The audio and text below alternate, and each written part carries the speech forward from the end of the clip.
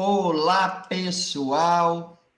Sejam todos e todas bem-vindas para mais um vídeo gravado, mais um Prosa Espírita especial, aquela série de vídeos que nós estamos preparando para o final do ano. Momento esse período em que o TV Revelare dá uma pequena pausa nos estudos, e aí esses vídeos com os nossos convidados, queridos convidados, que vão trazer aqui os seus conhecimentos, as suas pesquisas, para que esses vídeos entrem ao ar, porque o canal não fique inativo em momento algum. Tenho aqui ao meu lado a nossa companheira, já conhecida de estudos, a Marisa Lavorini Ribeiro, que vai trazer um pouco mais de espiritismo, um tema importante, um tema ainda carente no movimento espírita pelo desconhecimento. Então, pedimos a você que nos apoie aí, se inscrevendo, curtindo, comentando, compartilhando. Se quiser e puder, se torne membro. Fique aqui o nosso sentimento de gratidão. Marisa Lavorini, bom dia, boa tarde, boa noite, boa madrugada para quem estiver nos assistindo agora. Marisa, como que você está? Bom dia, boa tarde, boa noite, boa madrugada. Como vai, Laurinho? Eu estou muito bem, melhor ainda agora, porque cada vez que eu estou com os dois meninos do meu coração do TV Revelar, eu sempre estou muito bem acompanhada, junto com os bons espíritos que nos acompanham nos nossos estudos. É uma alegria estar aqui para mais uma prosa espírita nessa série de final de ano, e falando, de um assunto muito importante, que é o arrependimento e o retorno ao bem. Então, Laurinho, que seja uma boa prosa, né? Mineiro já gosta de prosear normalmente, sempre uma prosa mineira é muito boa, né? Então, que seja uma prosa bastante elucidativa, esclarecedora, e que, como sempre, seja mais uma compreensão séria e aprofundada da doutrina. Muito bom. Marisa, um tema, né, como nós dissemos, um tema carente. As pessoas ainda fazem uma má interpretação, como a ideia da expiação, como castigo, como Deus punindo, e se eu vou para a casa espírita fazer qualquer atividade, logo eu estou fazendo uma negociação com Deus para me ficar bem na fita com Ele, com os bons espíritos. Há essa ideia equivocada de recompensa e de castigo, né? E você vai trazer, então, aí um assunto que penso eu que está relacionado. Mas eu passo para você, Marisa, porque o importante aqui não é me ouvir, é ouvir você. Te devolvo a palavra e fica à vontade, viu, Marisa?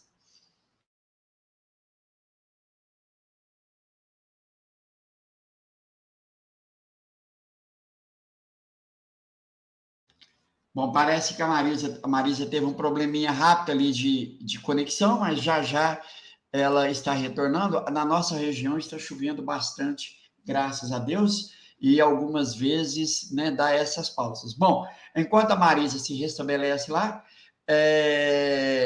quero convidar a você para participar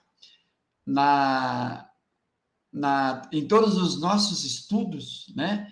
E participando dos estudos, que você venha comentar conosco, trazer as suas indagações, os seus questionamentos, os seus comentários, as suas discordâncias, se assim houver. Lembrando que sempre que nós vamos tratar das obras da doutrina espírita, nós estamos falando das obras de Allan Kardec, e trazemos sempre discussões, os debates baseado nas obras, então, da doutrina espírita. Então, sempre vamos pedir a você que, ao trazer os seus comentários, os seus questionamentos, que seja, né, com essa ideia, a ideia de estudarmos as obras da doutrina espírita. Tá bom, pessoal?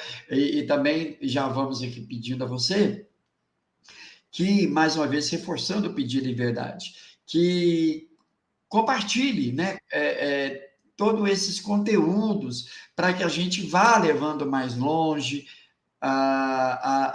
os estudos da doutrina espírita, porque o objetivo do TV Revelare, de todos nós aqui, é a divulgação da doutrina espírita. levar aqueles corações que se encontram em aflições, que se encontram desesperançados, essa boa nova, esse ensinamento dos Espíritos, da moral, né, ensinada por Jesus, e que a doutrina espírita vem nos aclarear as ideias de forma racional. Marisa, te devolvo aí. Muito bom, Laurinho. Eu vou pedir, então, para você...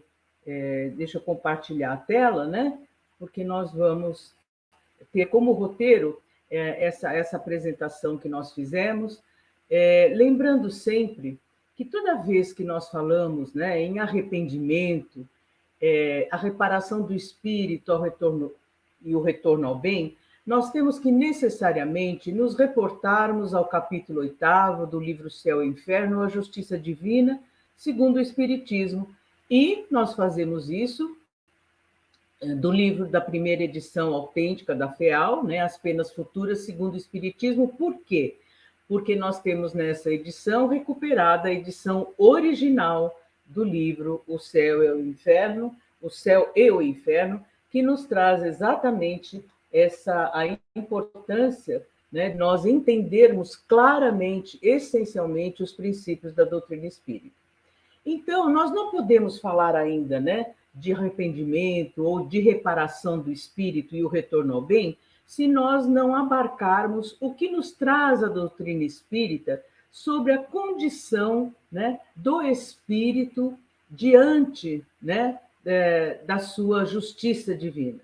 Então, diz assim: estando a sorte das almas nas mãos de Deus, ninguém pode, neste mundo, por sua própria autoridade, decretar o Código Penal Divino. Por que nós pegamos isso? Na versão anterior, na versão adulterada, tinha um capítulo denominado Código Penal da Vida Futura.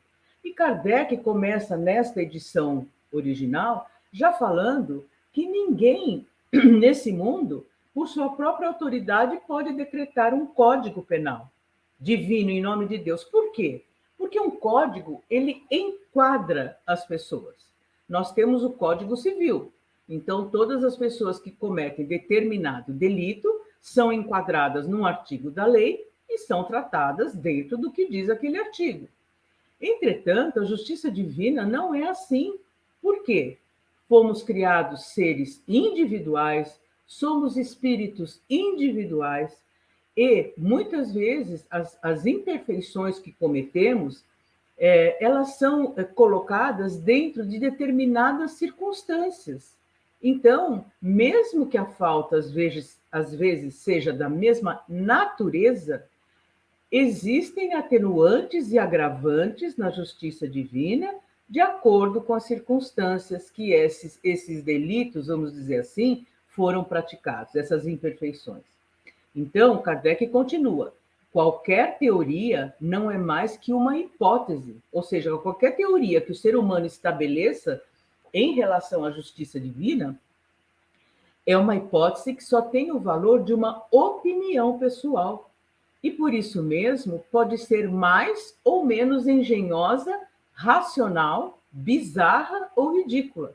E quando Kardec diz mais ou menos, a gente sempre faz essa ressalva, porque no senso comum, quando a gente usa mais ou menos, Laurinho, como é que você vai? Mais ou menos. E não é esse sentido. O que Kardec quer dizer pode ser mais engenhosa, racional, bizarra e ridícula, ou menos engenhosa, racional, bizarra e ridícula. Então, somente a sanção dos fatos pode conferir-lhe autoridade, fazendo-a passar à condição de princípio.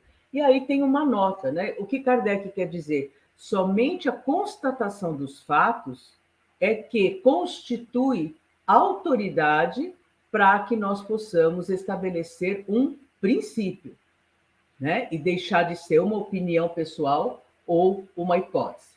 E nessa nota, né, de rodapé, diz que Allan Kardec define os pressupostos da ciência espírita. Toda teoria, seja proposta por um homem ou um espírito, é uma opinião pessoal. E aí, por que o espiritismo é uma ciência filosófica? porque ele parte da constatação e observação dos fatos. Por isso ele é uma ciência. E filosófica, porque ele trata da alma, né? Do espírito encarnado e desencarnado. Então, da verdadeira psicologia da alma. Por isso, o espiritismo se fundamenta na observação dos fatos, em milhares de depoimentos para extrair deles os princípios gerais, confirmando o ensinamento de bons espíritos. É a universalidade do ensino dos espíritos superiores. É uma nota do editor. Então, mais uma vez, Kardec, relembrando, ele recebeu comunicações de mais de 1.000 centros espíritas, tratando dos assuntos referentes, né, à doutrina espírita. O que Kardec fazia? Tirava a discrepância, as coisas muito diferentes, divergentes, né, muito díspares, e do que ele recolhia, analisando todas as comunicações pelos princípios da unanimidade, da concordância, aí sim ele estabelecia os princípios da doutrina espírita. Então, nós temos que ter realmente muito cuidado, até porque durante muitos anos nós fomos condicionados a falar muito sobre castigo, sobre sofrimento, enfim, né? E nós tínhamos a justiça de Deus tarda, mas não falha, como se a justiça de Deus fosse uma justiça caprichosa, né? Como se Deus tivesse que atender aos nossos anseios, muitas vezes até de vingança, e não é assim.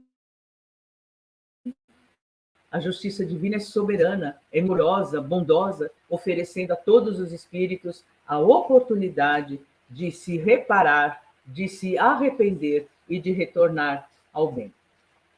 E aí ele diz: o espiritismo não vem, portanto, por sua autoridade privada, formular um código de fantasia.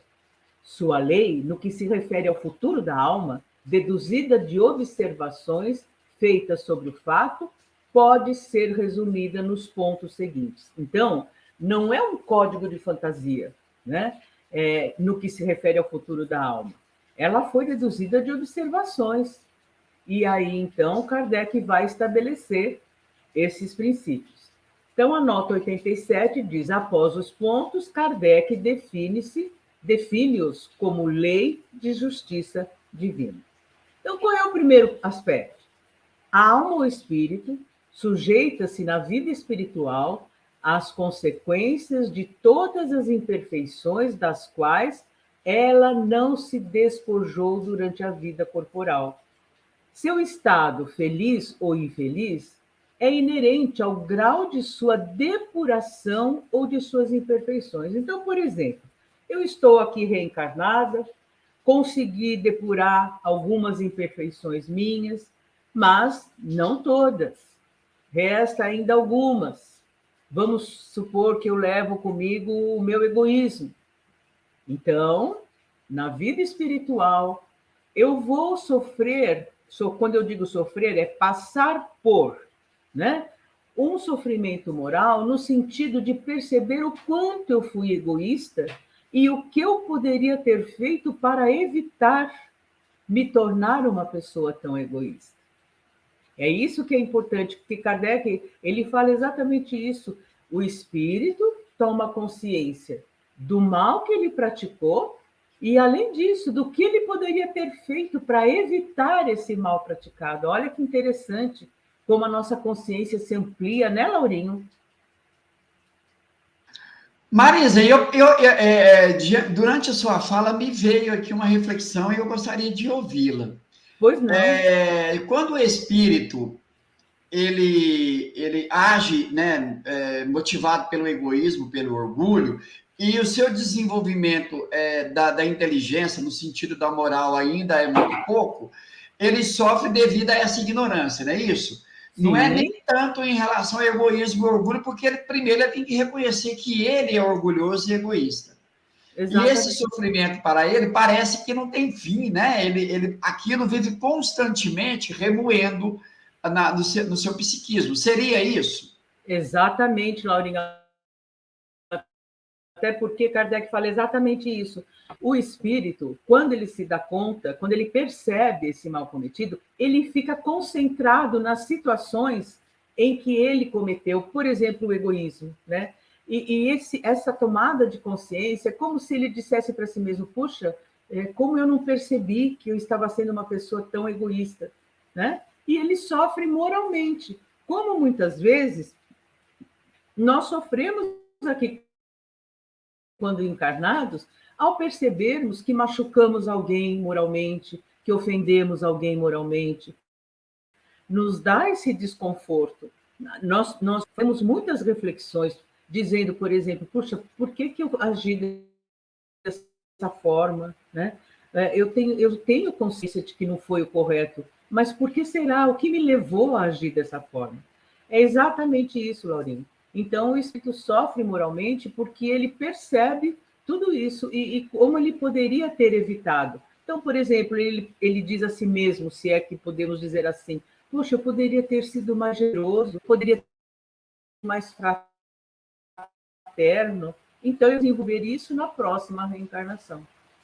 Respondi sua pergunta, Laurinho? Sim, então sim, com certeza.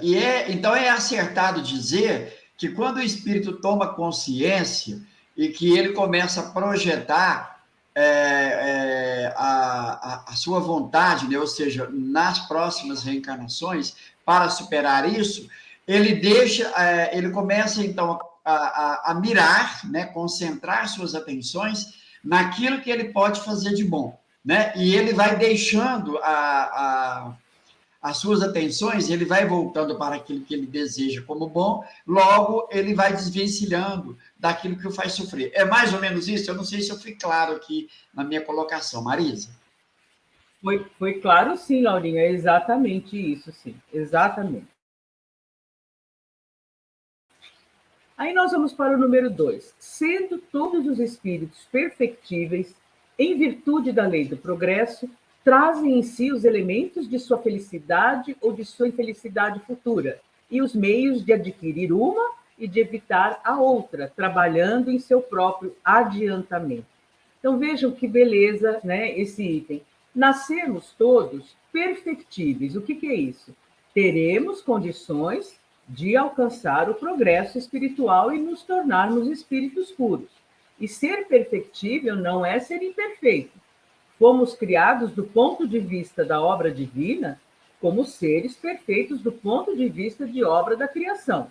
Entretanto, somos perfectíveis, ou seja, temos a capacidade de alcançar a perfeição em virtude da lei do progresso, que diz: todos os espíritos progredirão. Um espírito jamais retrograda.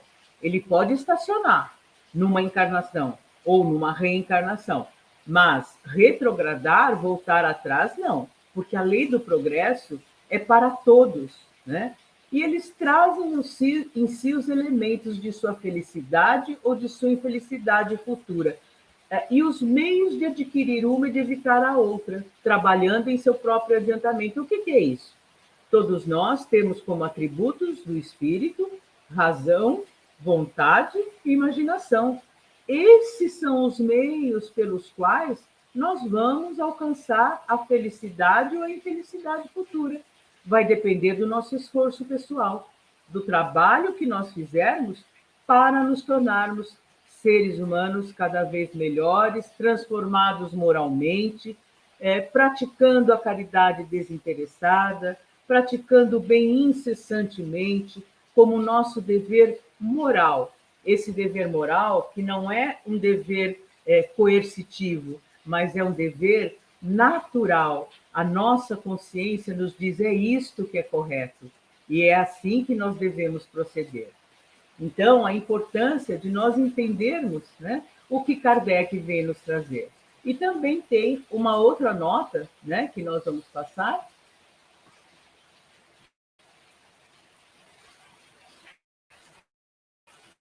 Essa nota 88 diz o seguinte: neste item número 2, fundamental, somente presente na versão legítima de 1865, Kardec, antes de tudo, demonstra a mais completa responsabilidade moral do espírito proporcional ao seu grau, ao seu desenvolvimento intelectual. Então, nós somos responsáveis, né? Não é o outro, nós é que somos responsáveis pelo nosso desenvolvimento intelectual. Agora, existem várias formas. Eu posso ter plena consciência dessa responsabilidade e procurar me desenvolver o máximo possível. E eu posso simplesmente ficar na inércia, na preguiça, né? E simplesmente não me desenvolver intelectualmente. O que vai acontecer? Na próxima reencarnação, venho novamente com o propósito de evoluir sempre. Sempre. Nenhuma encarnação ou reencarnação é perdida. É como nós falamos anteriormente. Nós podemos estacionar, mas retrogradar não. Continuando, submetendo às leis naturais que regem a alma, sua infelicidade ou sua felicidade ou infelicidade resulta unicamente na sua livre vontade. Qualquer mudança depende do seu esforço e conscientização. Então, mais do que nunca, nós vamos enfatizar novamente que a nossa vontade é soberana, né? É ela que rege o domínio sobre as nossas paixões, sobre os nossos vícios, sobre as nossas emoções. O exercício da vontade é a válvula propulsora, é a força motriz que nos faz escolher aquilo que é correto. Nós muitas vezes confundimos vontade com desejo. O desejo é do físico, né? A vontade é do espírito. Por isso, quando nós nos propomos, pela firme vontade, a não cometer mais a imperfeição que nós temos, nós conseguimos, porque a nossa vontade é soberana, né? E ela está a serviço sempre do bem. Sempre. Essa teoria que ele propõe é oposta à intervenção divina, castigos e recompensas impostos por uma deliberação da vontade divina, queda, pecado e karma, como propõem as religiões ancestrais. Então, o que quer dizer? Nós, durante muitos anos, nos condicionamos através das religiões ancestrais, e mais particularmente para nós, aqui do Brasil, pelo catolicismo, a entender que Deus castiga, Deus pune, né? Deus dá recompensa. Então, como é que nós entendíamos? Eu vou ser boazinha porque quando eu morrer eu quero ir para o céu. Houve uma época da humanidade, né, que se vendia terreno no céu. E as pessoas compravam achando que quando elas morressem, elas iam ter um pedacinho lá do céu para elas, né? Eu não vou ser má, porque senão eu vou para o inferno ficar queimando lá no fogo. Então, essa teoria que os espíritos nos propõem, que Kardec codifica, é uma teoria oposta a essa teoria de que Deus castiga.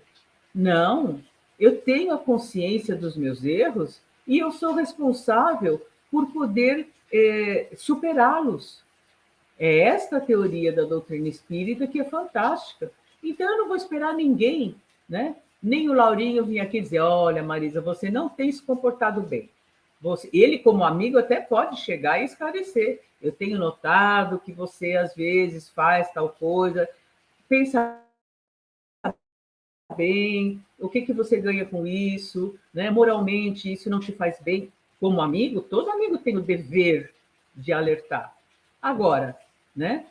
Eu só vou mudar se estiver em mim a minha vontade soberana de mudar aquilo que eu preciso depurar no meu espírito.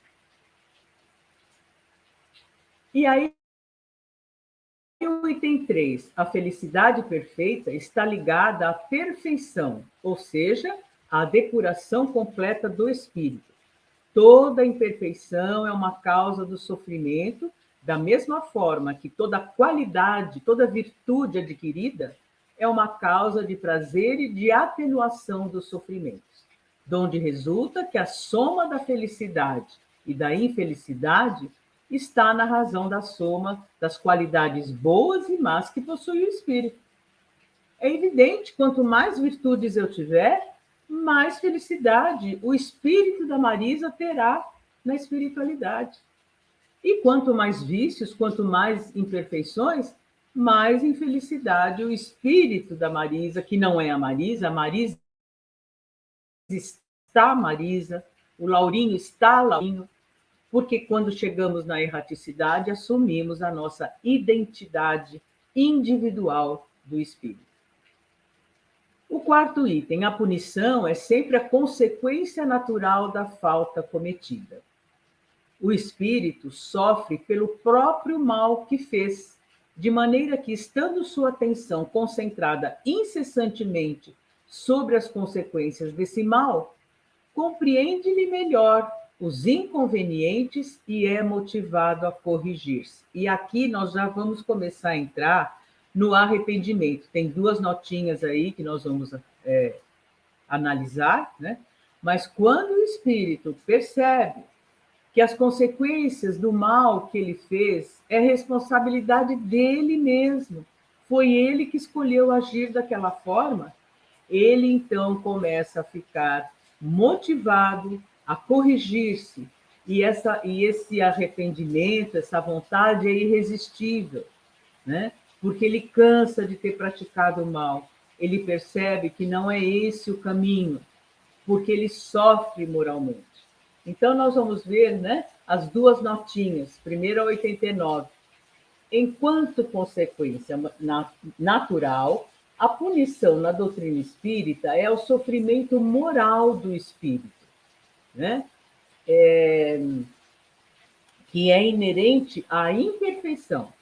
Só é imperfeito aquele que tem conhecimento de que seu ato infringe as leis morais presentes em sua consciência, em virtude de sua inteligência, praticando assim o mal ou as faltas.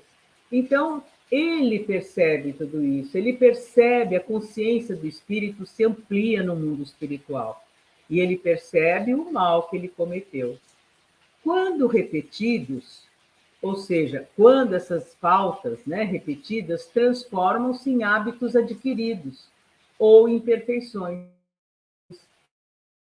condição de total responsabilidade do espírito, que escolheu esse caminho em virtude do livre-arbítrio e deve sair desse caminho, retornando ao bem pelo arrependimento, expiação e reparação. Então, aqui começa já essencialmente, né, o objetivo desta nossa prosa de hoje.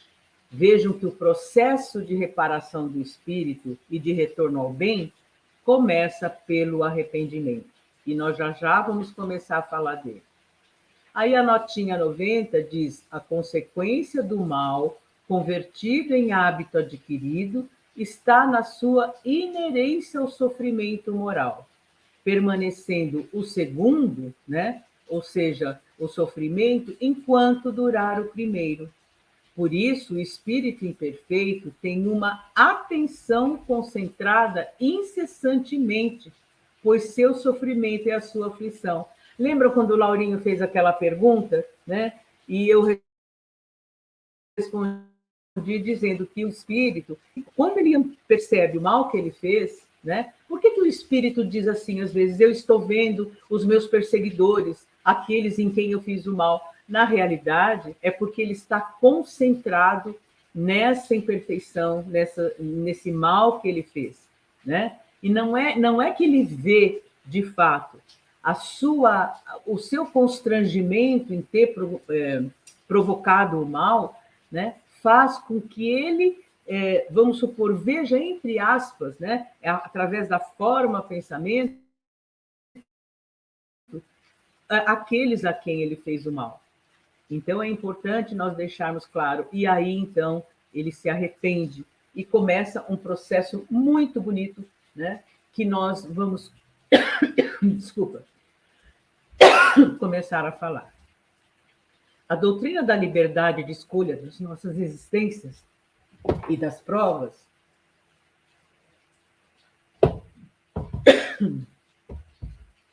que devemos sofrer deixa parecer, que bonitinho, Laurinho, deixa ver. Olha só que belezinha. E tem a branquinha, que esse aqui é o macho, esse é o Chiquinho. Esse aqui, eu vou pensa num gato grudento. Uhum. Que lindo, Chiquinho. Que amores, né? Que amores que são os nossos bichinhos. Então, continuando. A doutrina da liberdade de escolha das nossas existências e das provas que devemos sofrer deixa de parecer extraordinária quando se considera que os espíritos libertos da matéria apreciam as coisas de maneira diferente da nossa. Então, olha só que bonito. Quando nós estamos na condição de espírito, na erraticidade, nós apreciamos as coisas de maneira diferente de quando encarnados. E é por isso que nós vamos escolher provas que nós possamos passar por elas com vistas ao progresso. Ele vai dizer aqui, eles, ou seja, os espíritos, anteveem o fim, ou seja, a finalidade, o objetivo. Lhes parece muito mais importante que os prazeres fugidios do mundo. Depois de cada existência, eles veem o progresso que fizeram e compreendem quanto ainda lhes falta em pureza para o atingirem. Então, olha só, além do espírito tomar consciência do mal que ele cometeu, ele percebe que ele quer progredir novamente, ele compreende ainda que ele precisa se depurar, né? Que ele precisa, que ainda lhe falta pureza, né, a ser atingida.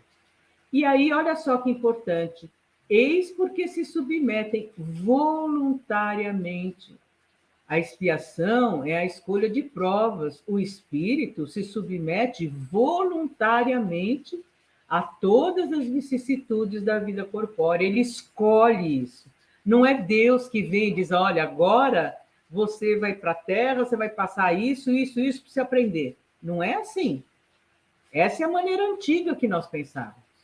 O próprio espírito escolhe e diz, não, eu quero me melhorar, então eu quero escolher essa prova, essa vicissitude, para que eu possa superar essa minha imperfeição. E aí ele continua, pedindo eles mesmos aquelas que podem fazê-los chegar mais depressa. E olha só que interessante o que Kardec coloca. Não há, pois, motivo para nos admirarmos de que o espírito não dê preferência à existência mais suave. Às vezes nós falamos assim, poxa, mas Laurinho, então a pessoa escolheu vir com aquela deficiência ou com aquela debilidade? Sim, escolheu. É isso que ele está falando aqui. Como nós, na condição de espírito, a nossa consciência é mais ampliada, não tem sentido nós escolhermos uma prova mais suave. Nós vamos escolher aquela prova pela qual nós vamos passar e vamos melhorar, né? Vamos nos transformar moralmente. No seu estado de imperfeição, ele não pode desfrutar a vida sem amarguras, que apenas entrevê, e é para atingi-la que procura melhorar-se. Então, é muito esclarecedor, né? Esse artigo que vem justamente nos falar dessa condição. O sexto artigo. Não há, em relação à natureza, a intensidade e a duração do castigo, nenhuma regra absoluta e uniforme. A única lei geral é que toda falta recebe sua punição e toda boa ação sua recompensa segundo o seu valor. E aí tem uma notinha de rodapé. Então, essa coisa de dizer, não, na espiritualidade é assim, ó, para a pessoa que cometeu tal imperfeição, ela vai reencarnar com isso, aquilo. Não existe isso. Para Deus, nós somos individuais, espíritos únicos, individuais. Há uma semelhança entre as leis divinas materiais e morais. Todo objeto, por sua massa, está sob a ação constante da gravidade. Se você estiver segurando uma caneta, se soltar, ela cairá. O que esclarece aqui? A lei da gravidade, a lei física da gravidade, diz assim: todo objeto que eu estiver na mão e soltar, ele cai. Isso é aqui no Brasil, na China, na Austrália, na Rússia, no Japão, onde quer que estejamos. É uma lei física. A lei divina, a justiça divina não é assim. porque ela vê as circunstâncias em que foram cometidas as imperfeições. Então, não adianta nós queremos dizer assim, olha, todo aquele que comete roubo, então eles vão, na próxima reencarnação, nascer sem uma mão. É um absurdo nós fazermos essa associação. Não existe. Não existe lei de causa e efeito na espiritualidade. Existe na materialidade. As leis físicas, é como eu disse. A toda ação corresponde uma ação na mesma intensidade no sentido contrário. Isso é uma lei física. As leis morais, as leis divinas não funcionam assim, né? Porque cada um de nós é único. É isto que esta nota quer dizer. Quando o espírito consciente comete uma falta, terá um sofrimento moral inerente a ela. Esse inerente, assim, a toda falta é inerente, ou seja, não dá para dissociar, né? A toda falta cometida existe uma relação de inerência, de sofrimento moral. E quando realiza uma boa ação, sentirá felicidade proporcional segundo a lei natural da justiça divina. Então, quando nós, por exemplo, fazemos uma boa ação, por que no nosso íntimo nos dá um contentamento interior? É porque nós somos bonzinhos? Não, porque aí isso é vaidade. É para dizer, nossa, olha como eu fui boazinha, eu doei tantas cestas básicas lá, né, numa creche. Não, esse contentamento é vaidade. Porque tem uma pergunta no Livro dos Espíritos em que Kardec é lícito ao ser humano ficar feliz, né, por ter praticado bem, e os espíritos respondem, sim, desde que não seja por vaidade, e sim por ter cumprido, agido de acordo com as leis divinas. Então, é essa consciência. Nós temos esse contentamento interior porque agimos de acordo com as leis divinas, praticando o bem. E não porque para dizer, nossa, olha como eu sou boazinha, olha como eu vou ficar bem na fita com Deus. Não é assim. Sendo a justiça divina infinita, é mantida uma conta rigorosa do bem e do mal. Se não há uma única má ação, um único mau pensamento, que não tenha suas consequências fatais, não há uma única boa ação, nem um único bom movimento da alma. Em suma, o mais singelo mérito que seja perdido, mesmo nos mais perversos, porque é um começo do progresso. Então, vejam, mesmo aquele espírito que foi perverso, que cometeu, né, várias imperfeições, sequer quando ele tem um lapso, um momento de consciência disso e percebe e se arrepende, é o começo do progresso. Então, Deus não abandona seus filhos. Nenhum de nós está sem o amparo e sem a proteção. Outra coisa importante é em relação à duração, né, do castigo, entre aspas. A duração do castigo está subordinada ao aperfeiçoamento do espírito culpado. Nenhuma condenação por um tempo determinado é pronunciada contra ele. O que Deus exige para pôr fim aos sofrimentos, mais uma vez, é o arrependimento, a expiação e a reparação. Em resumo, um aperfeiçoamento sério, efetivo, assim como um retorno sincero ao bem. É necessário que seja voluntário, livre, consciente. O espírito toma consciência e diz: eu me arrependo do que eu fiz e eu quero reparar essa imperfeição. E aí ele escolhe uma prova condizente para que ele possa, passando por essa prova, realmente reparar o mal cometido. Didaticamente, podemos interpretar expiação como o aperfeiçoamento sério e efetivo, e reparação, um retorno sincero ao bem. No item 23, Kardec define arrependimento como fato da livre vontade do homem. Gente, é muito importante esse aspecto. O arrependimento tem que ser sincero, livre e voluntário. o espírito se diz: eu cometi esse mal, eu estou arrependido e eu quero reparar esse bem.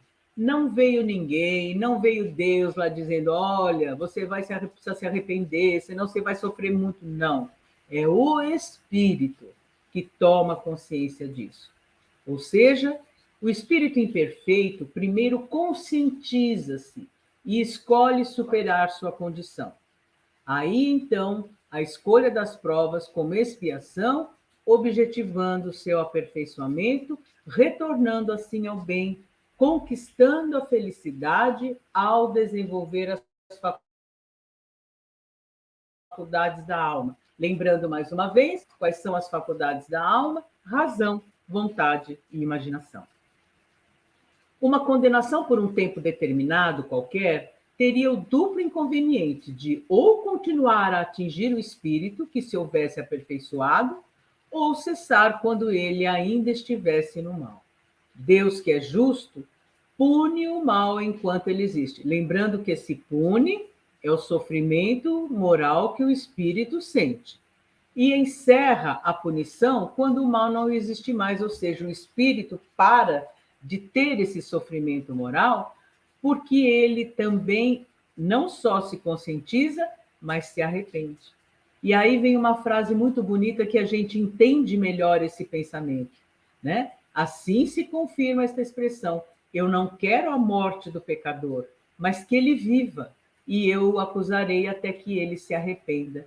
E aqui, nesse sentido, eu o acusarei, por isso que é importante, né? Por que Laurinho e eu fazemos o Evangelho, né, às terças-feiras? Para que nós entendamos o sentido dos ensinamentos dos Espíritos e de Jesus. Então, quando a gente lê assim: eu não quero a morte do pecador, mas que ele viva e eu o acusarei, as pessoas menos estudiosas, até que ele se arrependa, podem pensar assim: ah, mas aí, ó, Deus está dizendo, eu o acusarei, então Deus acusa. Gente, é no sentido de que a consciência do espírito é que diz a ele: eu errei e quero me modificar, quero me arrepender. É esse sentido que isto aqui quer dizer. E aí vem a explicação, né? Se o ímpio faz penitência de todos os pecados que cometeu, se ele guarda todos os meus preceitos e age segundo a equidade e a justiça, ele certamente viverá e não morrerá. O que esses dizeres de Ezequiel quer dizer é o seguinte: que nós, que muitas vezes erramos, se nós guardarmos todos os princípios dos ensinamentos de Jesus, né, nós não morreremos. O que morre é o corpo físico. E ele diz: certamente viverá. O que viverá? O espírito. Né? O espírito viverá, desde que possa agir de acordo com as leis divinas. Eu não me lembrarei mais das suas iniquidades que ele tenha cometido. Ele viverá nas obras da justiça que terá feito. Quero eu a morte do ímpio, diz o Senhor Deus. Eu não quero antes que ele se converta, retire-se do mau caminho e viva. Isso está em Ezequiel, capítulo 18, versículos 21, 23, e também no capítulo 33, versículo 11, e esta nota é de Allan Kardec. Então, é isso que ele está explicando. Deus não quer que nós nos acuse que nós vamos morrer, tipo, como castigo, mas sim que nós tenhamos consciência do que fizemos e possamos nos arrepender e traçar o caminho do bem, da porta estreita, das virtudes. É isso que este ensinamento quer dizer. No item 9, estando a duração do castigo subordinada ao arrependimento, lembra quando nós vimos que a duração do castigo, nós aprendíamos que o castigo, as penas eternas, né? O nosso espírito vai lá ficar no inferno, queimando naquele fogo que queima, mas não consome. Não é isso. E é isso que ele vai explicar. A duração do castigo, ou seja, a duração do sofrimento moral, do nosso sofrimento moral como espírito, estará relacionada ao arrependimento. Por isso que ele disse: a partir do momento que o espírito se arrepende, cessa esse sofrimento moral, porque esse arrependimento vai trazer esperança. E nós vamos, daqui a pouquinho, falar sobre isso. Resulta daí que o espírito culpado, que não se arrependesse e jamais se aperfeiçoasse, sofreria sempre, e que para ele a pena seria eterna. A eternidade das penas deve então ser entendida no sentido ativo e não no sentido absoluto. Claro, enquanto o espírito não se arrepende, ele acha que aquele sofrimento é para sempre, é eterno. Mas a partir do momento em que ele se arrepende, esse sofrimento cessa, porque ele enxerga a oportunidade de se reparar. Então, na nota 94, Kardec está nesta obra ressignificando o termo castigo. Na moral heterônoma, ele é o ato do Deus vingativo, que exige a submissão do ser que pecou e deve ser submetido à punição. Aqui, ou seja, na doutrina espírita, o castigo é o sofrimento moral, resposta concomitante da lei natural à condição de imperfeição. Portanto, a duração do castigo está condicionada à vontade daquele que sofre. É a autonomia moral. Deus não castiga, nem precisa perdoar. Ele espera o inevitável arrependimento, pois todos os espíritos, olha aqui, gente, todos os espíritos, sem exceção, serão felizes por seu esforço e escolha. Essa é a mais perfeita definição da justiça divina. Cabe a nós, cabe ao espírito se arrepender. E a felicidade é para todos, sem exceção. Ah, Marisa, mas mesmo aquele criminoso que cometeu, mesmo, chegará o tempo em que ele se arrependerá e terá consciência de todo o mal praticado. No item 11, ele diz, é possível que um espírito não se aperfeiçoe jamais? Não. De outro modo, ele seria fatalmente votado a uma inferioridade eterna e escaparia à lei do progresso que rege providencialmente todas as criaturas. Tendo sempre o espírito seu livre-arbítrio, seu aperfeiçoamento é por vezes muito lento e uma obstinação ao mal muito tenaz. Então, o que acontece? Nós temos o nosso livre-arbítrio, né? Como encarnados e como desencarnados, e Deus respeita o nosso livre-arbítrio. Como espírito, se eu quiser continuar, persistir no mal, isso é uma sentença que eu, espírito, estou me dando. É por isso que tem espíritos que, na erraticidade, permanecem no erro anos, meses, séculos, mas chega um dia em que ele toma consciência disso e se arrepende. Ele pode persistir anos e séculos, mas chega sempre um momento no qual sua teimosia em enfrentar a justiça divina se dobra diante do sofrimento e em que, apesar de sua soberba, ele reconhece o poder superior que o domina. Vejam, o espírito cansa. Ele cansa de praticar o mal e ele se arrepende. E ele sente esse poder superior que o domina e quando diz ele se dobra, ele se rende a isso, né? Ele diz, eu quero mudar. Eu me arrependi e eu quero mudar.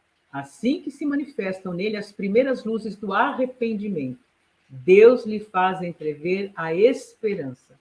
E nós vamos ver isso lá na segunda parte do livro Céu e Inferno, nos casos que se apresentam, em que muitas vezes o espírito, em determinado momento da comunicação, às vezes ele chega muito revoltado, muito bravo, mas chega um momento que ele toma consciência, até esclarecido pelo dialogador, e aí ele diz, eu agora tenho consciência do que eu fiz e me arrependo, e peço a Deus que me conceda a misericórdia de reparar o meu erro. São casos muito bonitos que nós temos como exemplo lá na segunda parte do livro Céu e Inferno. Laurinho, quer fazer alguma pergunta, alguma coisa, ou podemos prosseguir?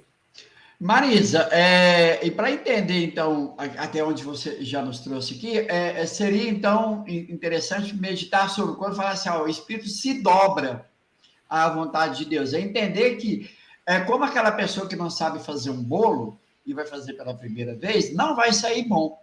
Mas ele não tem culpa, porque é a primeira vez. E à medida em que ele vai tomando consciência, vai aprendendo a fazer um bolo, claro que cada vez mais ele vai querer que o bolo saia melhor. É uma exigência. E todas as vezes que... A exigência dele, né? E todas as vezes que ele dá uma errada, ele fala, poxa, eu poderia ter feito melhor. Então, agora, na próxima, vou fazer melhor. Seria mais ou menos isso? O espírito, ele toma consciência. Numa encarnação, ele dá uma vacilada. Depois que o meu espírito fala, poxa, eu poderia ter feito melhor. Vou voltar lá de novo. Seria mais ou menos isso? Dobrar a vontade de Deus, é isso? Exatamente, Laurinho, é entender, né? Entender todo esse processo, né?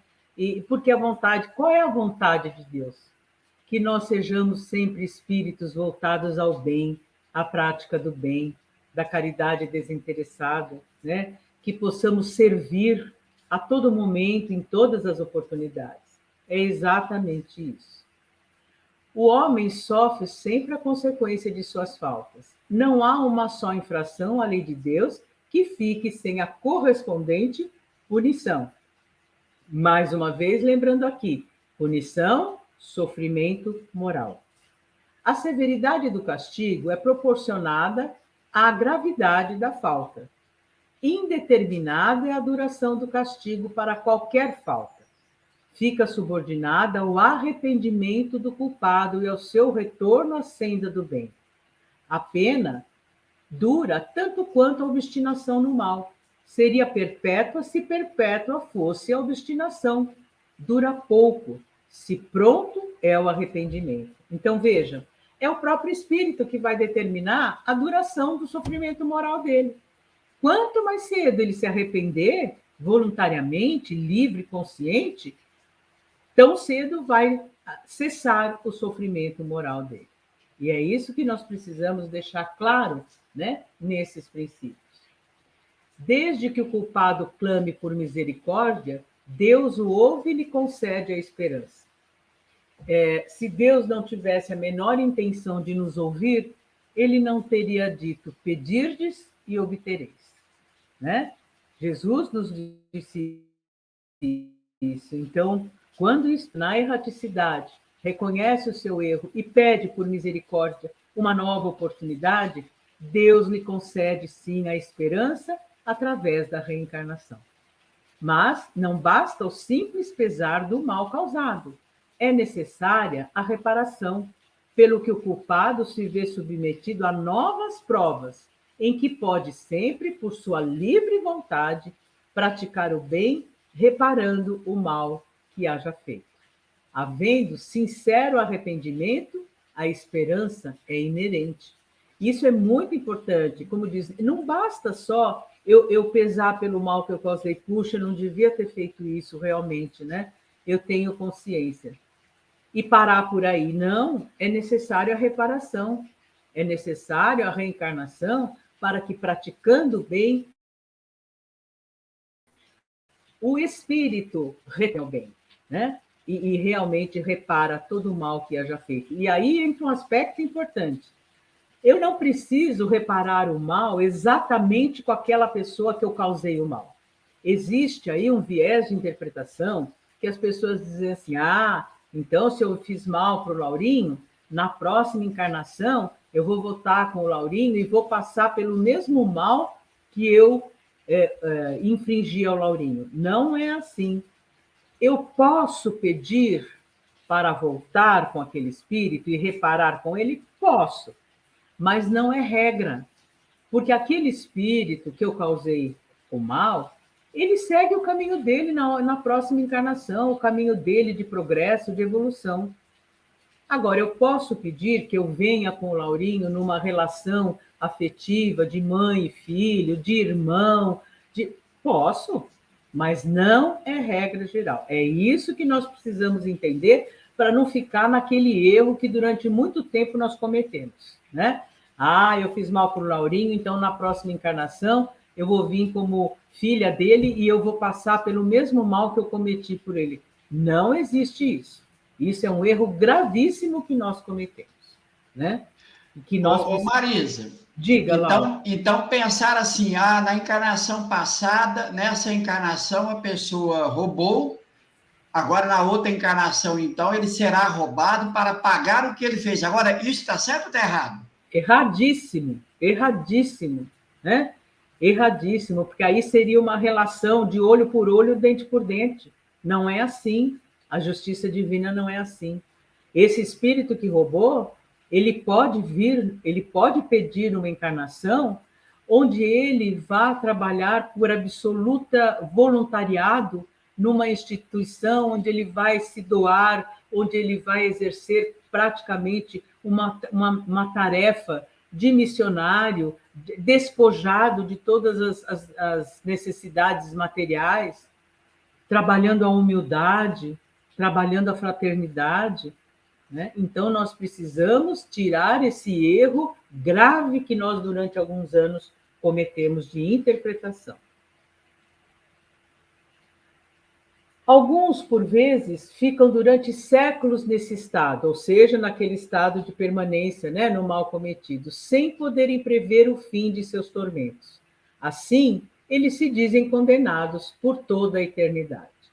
Essa opinião errônea, durante muito tempo, encontrou guarida entre vós. É um erro grave, porque mais cedo ou mais tarde esses espíritos se abrem ao arrependimento, e então Deus, apiedado de suas desgraças, lhes envia um anjo que lhes dirige palavras consoladoras e lhes abre um caminho tanto mais largo quanto mais tiverem para ele sido feitas preces aos pés do Eterno. Revista Espírita, 1862. E quem é esse anjo, gente? É um anjo que vem? Não, né? Não é um anjo de asas que vem. É sempre um espírito amigo, um benfeitor, né? Que nos auxilia, que nos inspira. É nesse sentido, né? E que nos dirige palavras consoladoras, que intuitivamente nos abre o caminho para a prática do bem.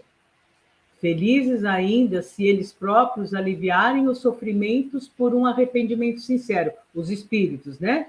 E profundo, que lhes abra os olhos da alma, porque então, ao menos, poderão entrever um fim às penas, ou seja, aqui é fim mesmo, um término aos seus sofrimentos. Compreenderão Deus e lhe pedirão forças para não mais provocarem sua justiça terrível.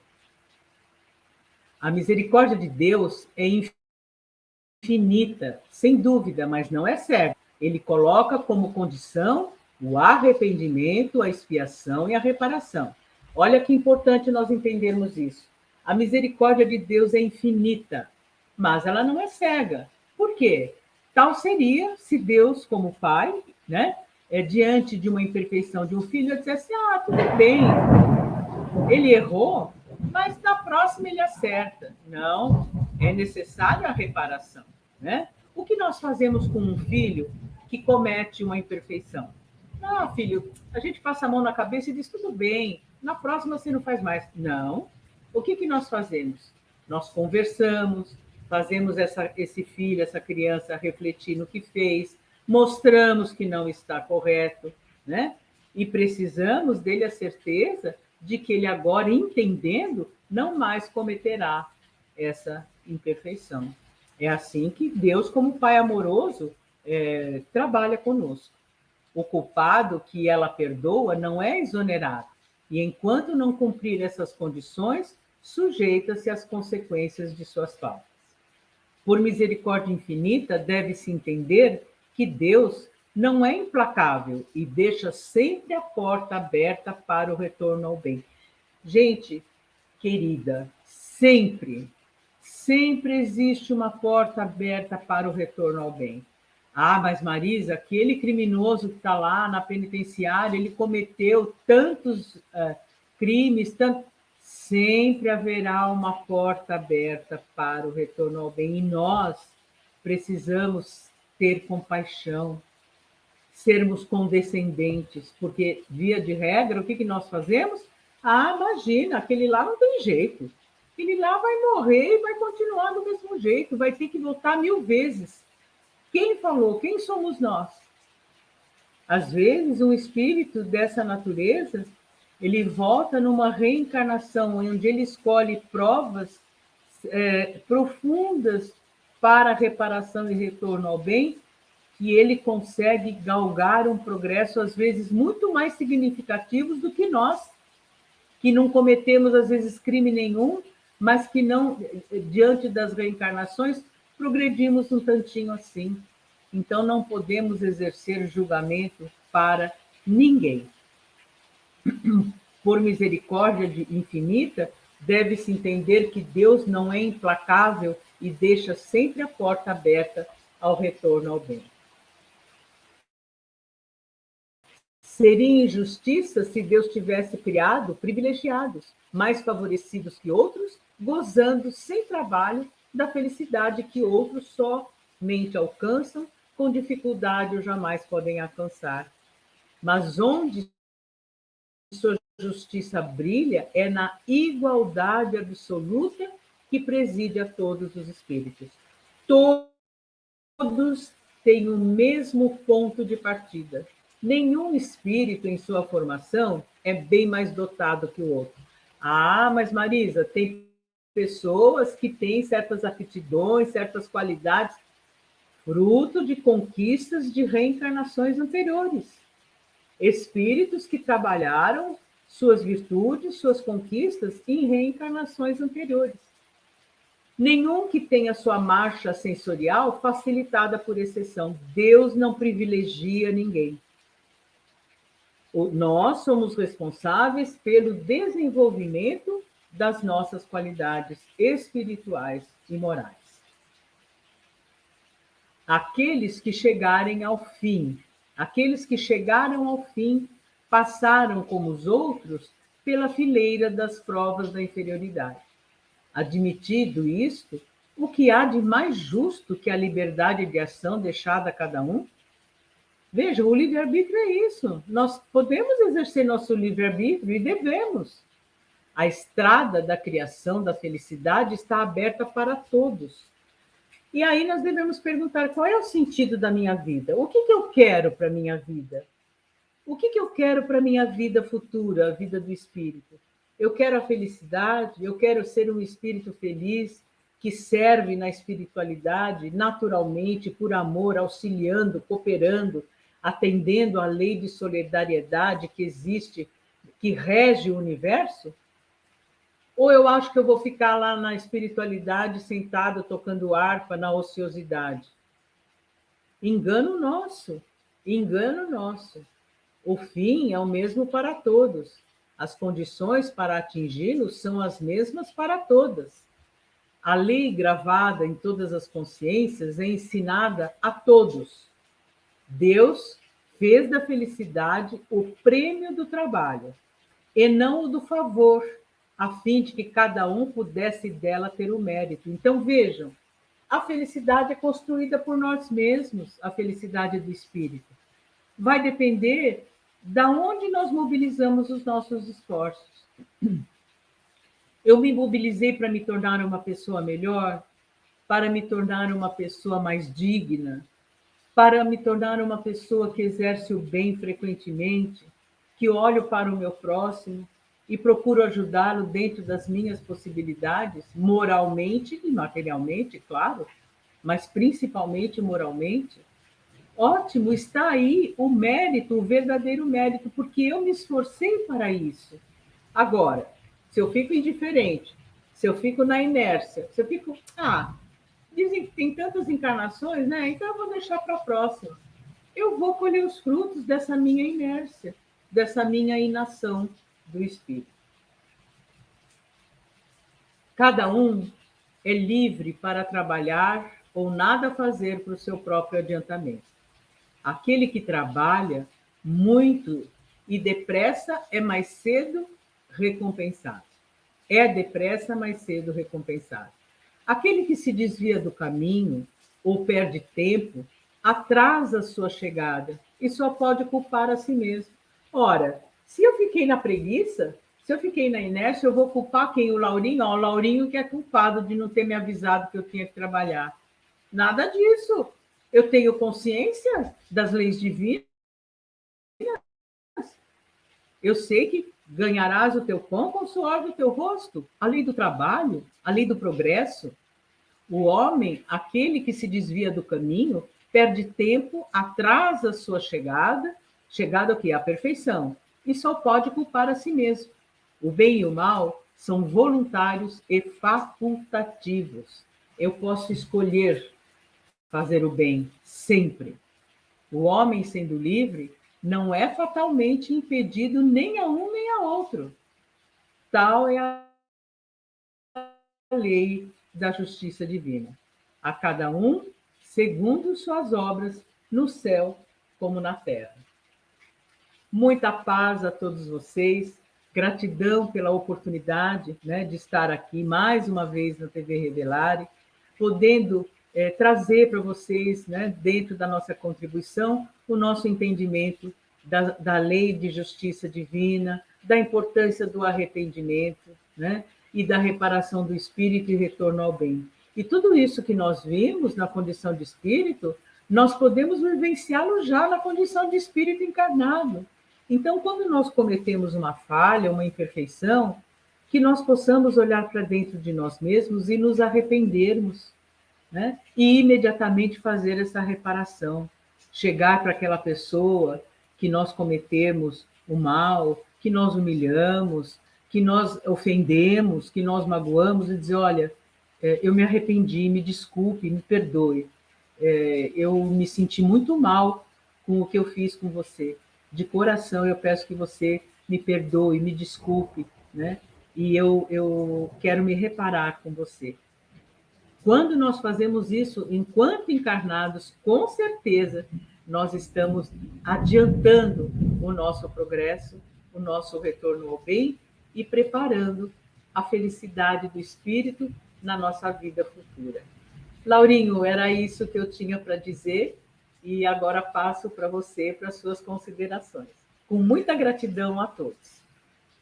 Nossa, Marisa, muito bom, e espero que você que está nos assistindo agora possa meditar bastante sobre isso, para que vá se desvencilhando, se libertando daquelas ideias equivocadas que foram sendo disseminadas ao longo do tempo no movimento espírita. Não estou dizendo aqui de religiões, cada um fica naquilo que quer crer, mas o espírita ele tem o dever de buscar essas informações já que elas estão sendo aí disseminadas. E meditar sobre, e vai ver a coerência da bondade e da justiça de Deus ensinada pelo Espiritismo. É isso que nos compete. E nosso papel aqui, enquanto estamos estudando, é trazer essas informações para todos nós. Marisa, eu quero te agradecer de coração por esse momento, por você ter disponibilizado o seu tempo e estar aqui comigo gravando esse vídeo. Vou me despedir, Marisa, de você e de todos, deixando aí a você a sua palavra para as suas considerações. Pessoal, boas festas a todos, fiquem com Deus. Marisa, mais uma vez, muito obrigado e um beijão a todos vocês aí. Eu é que agradeço, Laurinho, um beijo no seu coração, um beijo a todos vocês que estão nos ouvindo, nossos amigos, nossos irmãos do TV Revelare. Um abraço afetuoso, um beijo no coração, e que nós possamos, nessas festas de final de ano, lembrar dos excluídos, daqueles que têm a mesma oportunidade que nós, lembrando de cooperar, de auxiliar, de servir o máximo possível. Desejamos a todos vocês boas festas, um Feliz Natal, um ano novo com muito estudo na doutrina espírita, muito trabalho para nós todos aqui do TV Revelare, esperando estar sempre com vocês com muita alegria e muita paz no coração. Um beijo a todos e muito obrigada.